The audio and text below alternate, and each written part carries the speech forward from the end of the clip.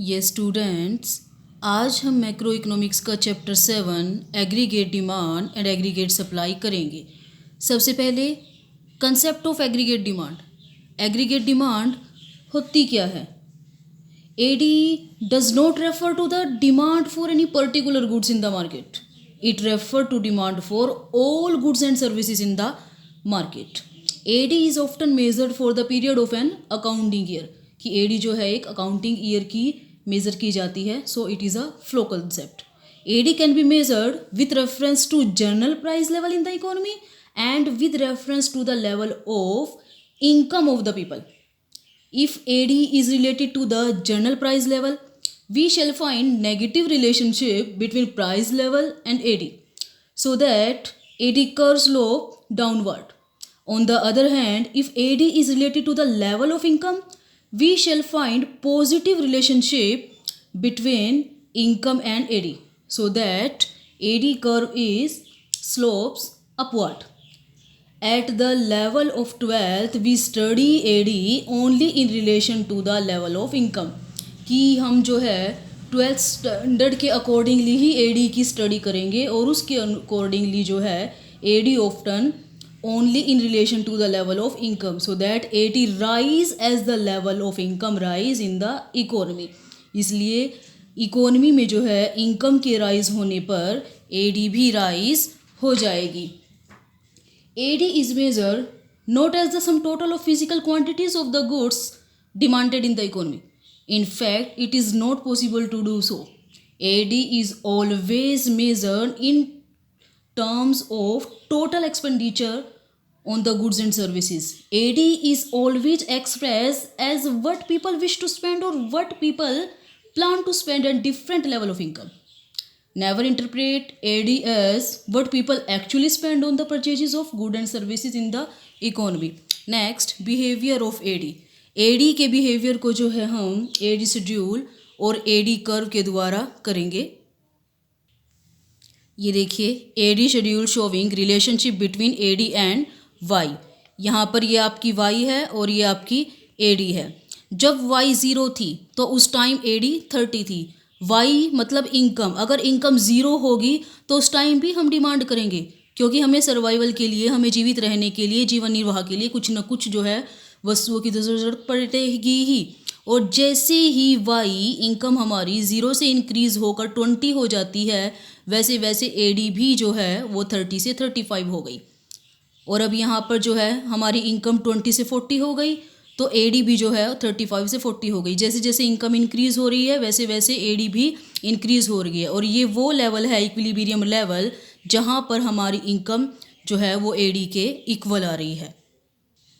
Now AD curve, जिसे हम AD schedule की हेल्प से करेंगे. एक्स एक्सिस पर हमने इनकम को लिया और वाई एक्सिस पर हमने AD को लिया. हमने जो है वाई एक्सिस पर AD को 10-10 के डिफरेंस में ले लिया. 10, 20, 30, 40, 50, 60. और यहाँ पर जो है एक्स एक्सिस पर 20-20 का डिफरेंस हमने ले लिया. और यहाँ पर जो हमारा इन्वेस्टमेंट है वो 10 ही रहेगा. और हमारा जो AD है, जब हमारी इनकम 0 थी तो हमारी AD जो है वो 30 थी. और जैसे ही इनकम हमारी 0 से इंक्रीज़ होकर 20 आ गई तो हमारी AD भी जो है वो 30 से 35 आ गई. जैसे ही इनकम 40 आ गई तो AD भी जो है हमारी 40 हो गई. जैसे ही इनकम 60 हुई तो AD हमारी जो है वो 45 हो गई. जैसे ही इनकम 80 हुई तो AD जो है वो 50 हो गई. इस तरह से इंक्रीज़ हो गई. और इन सभी डॉट्स को जो है हमने मिला लिया. और यहाँ पर हम इनकम दिखा रहे हैं वाई पर. जैसे जब हमारी इनकम 0 थी तो यहाँ पर हमारी इनकम भी 0 है, हमारी AD भी 0 है. जब हमारी इनकम 20 हो गई तो यहाँ पर हमने 20 को, जैसे जैसे 40 हो गई तो हमने डॉट्स लगा लिए और इन सारों को मिला दिया. तो ये 45 डिग्री का एंगल बन गया है जो Y को शो कर रहा है. और ये वो इक्विलिब्रियम पॉइंट है where is AD is equal to Y. यहाँ पर देखिए, यहाँ पर जो है AD भी 40 है और इनकम भी 40 है. Now components of aggregate demand. Aggregate demand की क्या क्या कंपोनेंट्स होती है? सबसे पहले component of AD in close economy, कि हाँ आपको खुद पता है कि हमारे पास जो है क्लोज इकोनॉमी है और ओपन इकोनॉमी है, तो हम सबसे पहले जो है एडी को क्लोज इकोनॉमी के माध्यम से स्टडी करेंगे और फिर ओपन इकोनॉमी में। अब जो हमारी क्लोज इकोनॉमी है उसमें 2 सेक्टर होते हैं, ठीक है जी, और उसमें जो है एक तो 2 सेक्टर इकोनॉमी होती है और एक 3 सेक्टर इकोनॉमी होती है। और जो 2 सेक्टर इकोनॉमी होती है उसमें जो है सिर्फ हाउस होल्ड सेक्टर होता है और प्रोड्यूसर सेक्टर होता है। इसमें जो है कोई भी गवर्नमेंट सेक्टर नहीं होता। इसमें जो है हाउस होल्ड सेक्टर अपने उपभोग के लिए वस्तु और सेवाओं को खरीदते हैं और इसलिए इसको जो है उपभोग व्यय कहते हैं। और जो हमारा प्रोड्यूसर सेक्टर होता है वो जो है इन्वेस्टमेंट के उद्देश्य से वस्तुएं खरीदता है, इसलिए इसको इन्वेस्टमेंट एक्सपेंडिचर कहते हैं। इसलिए इसमें AD is equal to C+I। C हमारी हो गई इसमें जो हमारे हाउस होल्ड सेक्टर ने एक्सपेंडिचर किया है, और इन्वेस्टमेंट वो हो गया जो प्रोड्यूसर सेक्टर ने जो है इन्वेस्टमेंट एक्सपेंडिचर किया है।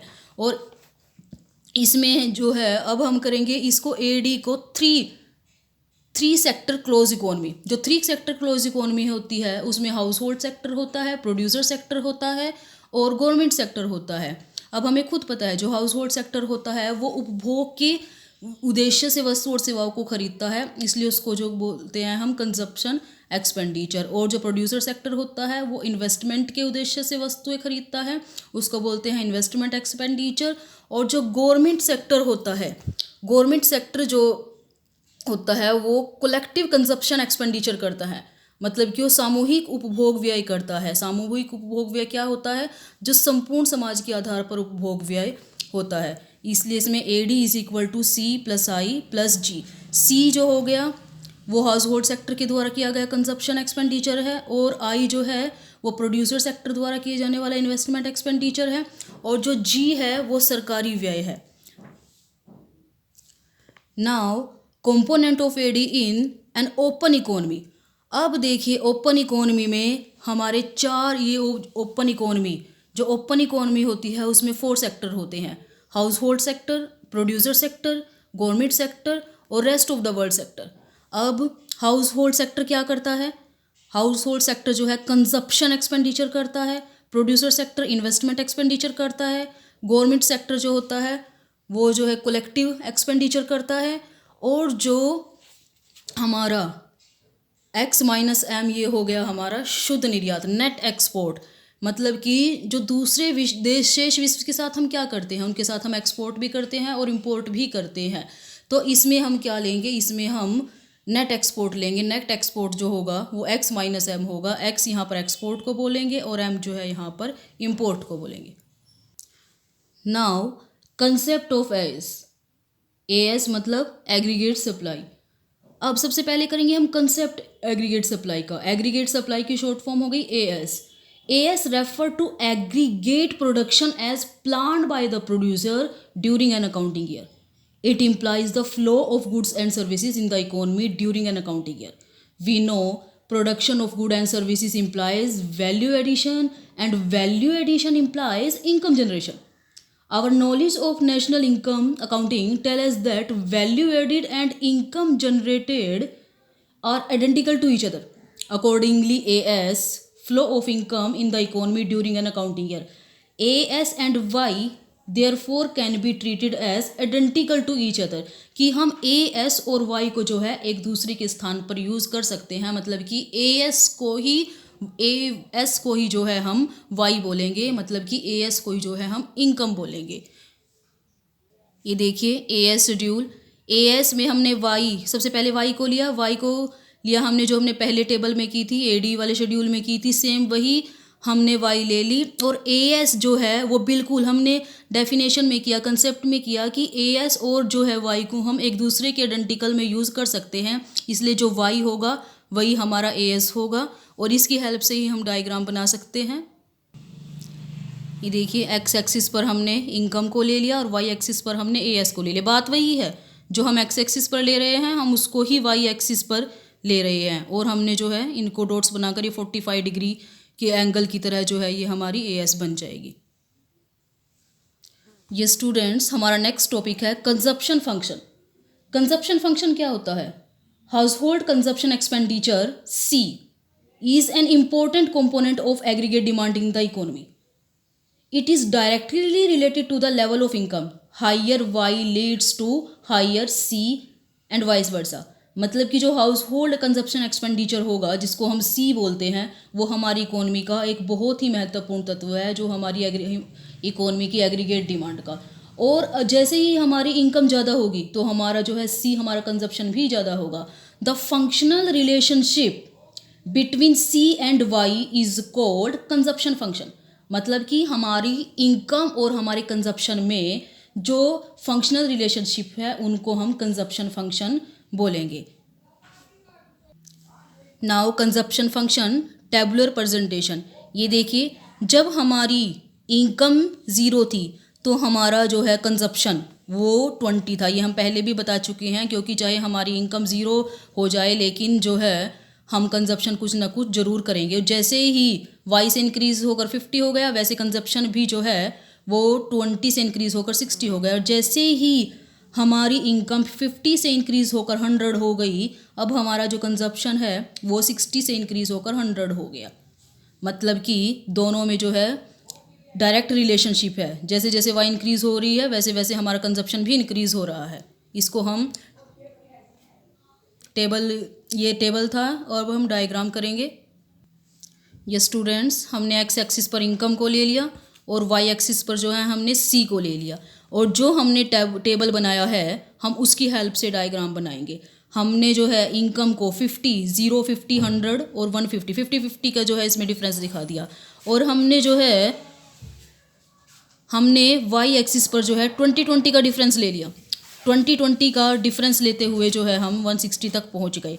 और अब देखिए, जब हमारी इनकम ज़ीरो थी तो हमारा कंजप्शन 20 था. और जैसे ही हमारी इनकम 0 से इंक्रीज़ होकर 50 हो गई तो हमारा कंजप्शन जो है वो 20 से इंक्रीज़ होकर वो 60 आ गया. और जब हमारी इनकम 100 थी वो तो उस टाइम हमारा कंजप्शन भी 100 था. और जैसे ही हमारी इनकम 150 हो गई तो हमारा कंजप्शन जो है वो 140 हो गया. जब हम इन सारों को जॉइंट कर लिया तो उसको सी हम बना देंगे. और हम जो है 45 डिग्री के एंगल की तरह हमने वाई वाली लाइन लगा दी, जो हम सिर्फ वाई की हेल्प से ही करेंगे. मतलब वाई 0 है तो वो 0 रखेंगे, वाई 50 है तो ये भी 50 रहेगा. तो इसकी हेल्प से भी हम जो है इसको डॉट्स लगाकर भी कर सकते हैं, या सिर्फ हम जो है इसको 45 डिग्री के एंगल की तरह भी ले सकते हैं. और ये वो ब्रेक इवन पॉइंट है जहाँ पर जो है कंजप्शन भी 100 है और यहाँ पर जो है इनकम भी 100 है. Now slope of C line, marginal propensity to consume, मतलब कि MPC. Slope of C line needs some elaboration. It refer to that rate at which C increase in response to a given increase in Y. कि ये वो वाली rate है जिसमें सी increase होती है in response to given increase in Y. जैसे जैसे वाई इंक्रीज होती है वैसे वैसे सी इंक्रीज होती है. It indicates the proportion of additional income that goes to consumption. This is measured as the ratio between delta C and delta Y.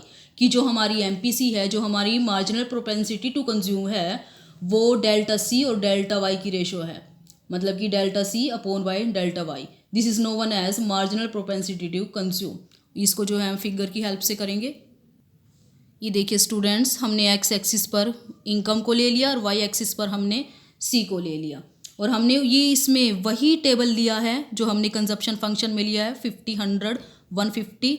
ठीक है जी. और अब हमने क्या देखा, हमने 50 पर 0 पर हमारी इनकम जो है, जब हमारी इनकम 0 पर थी तो हमारा कंजप्शन जो है वो 20 था. जैसे ही हमारी इनकम 50 हुई तो हमारा कंजप्शन जो है वो 60 हो गया. और जैसे ही हमारी इनकम 100 हो गई तो हमारा कंजप्शन भी 100 हो गया. मतलब कि ये वो वाला पॉइंट है जहाँ पर इनकम में होने वाला चेंजेस कंजप्शन में होने वाले चेंजेस के इक्वल है.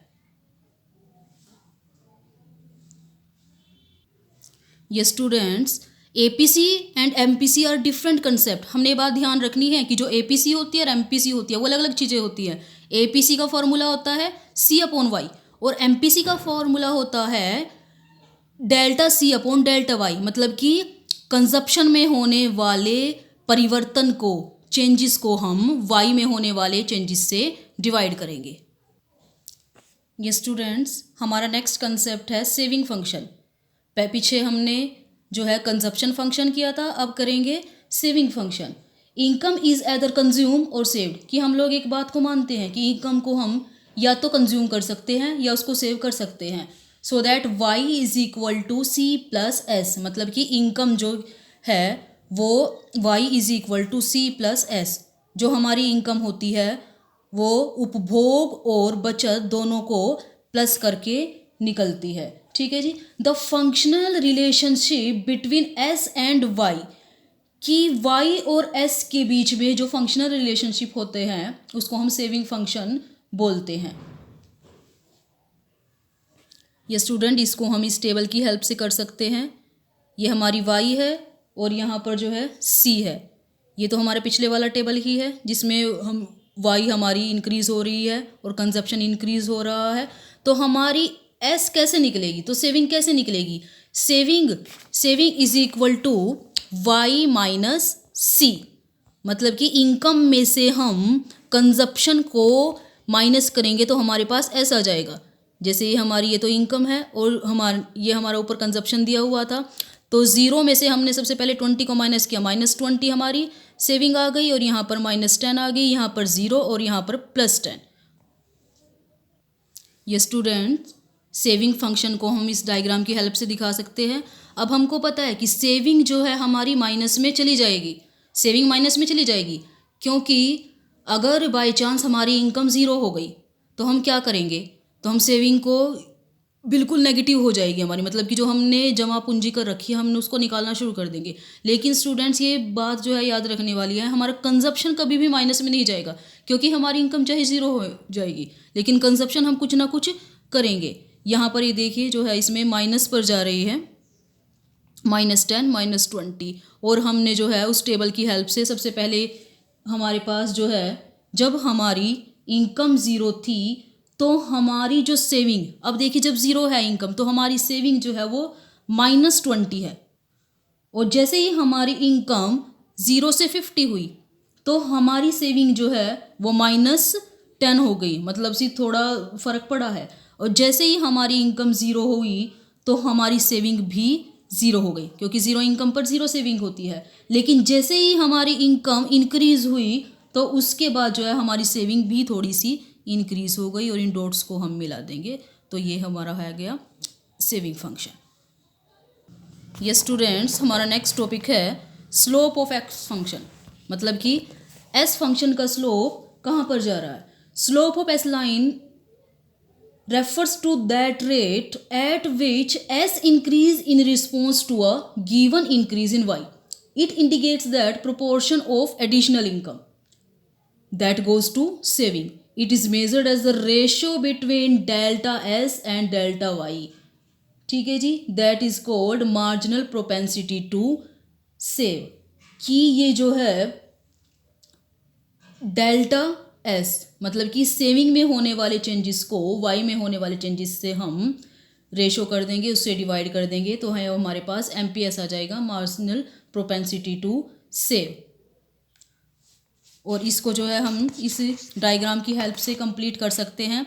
एक्स एक्सिस पर हमने इनकम को ले लिया और वाई एक्सिस पर जो हमने सेविंग को ले लिया, जैसे हमने पिछले डायग्राम में किया है सेम वही डायग्राम है। तो हम देखेंगे कि हमारा स्लोप जो है इसका यहाँ पर जा रहा है। और हमारा नेक्स्ट टॉपिक है कि APS and MPS are different concept, कि जैसे एपीसी और एमपीसी में डिफरेंस था वैसे ही एपीएस और एमपीएस में भी डिफरेंस है। एपीएस का फॉर्मूला है एस डिवाइड बाय वाई और एमपीएस का फॉर्मूला है delta S divide by delta Y, मतलब कि इसमें हम एस में होने वाले चेंजेस को वाई में होने वाले चेंजेस से डिवाइड करेंगे, और इसमें हम सिंपली जो है सेविंग को वाई से डिवाइड करेंगे, एस को वाई से डिवाइड करेंगे। Now relationship between propensity to consume and propensity to save, कि एमपीसी और एमपीएस में क्या रिलेशनशिप होता है। तो propensity to consume refer to the ratio between consumption and income. ठीक है जी, कि ये देखिए एपीएस जैसे इसमें दिखाया जा रहा है, APS is equal to C by Y and MPC is equal to delta C by delta Y. and propensity to save refer to the ratio between saving and income. APS is equal to S by Y and MPS is equal to delta S by delta Y. और इसको जो है हम इस की सहायता से भी कर सकते हैं. स्टूडेंट्स, हमें ये बात खुद याद रखनी है कि APC easy plus APS is equal to 1 and MPC plus MPS is also equal to 1, क्योंकि हमें खुद पता है Y जो होता है YC प्लस S होता है. Y जो है मतलब कि इनकम जो है वो कंजप्शन और सेविंग दोनों को प्लस करके आता है.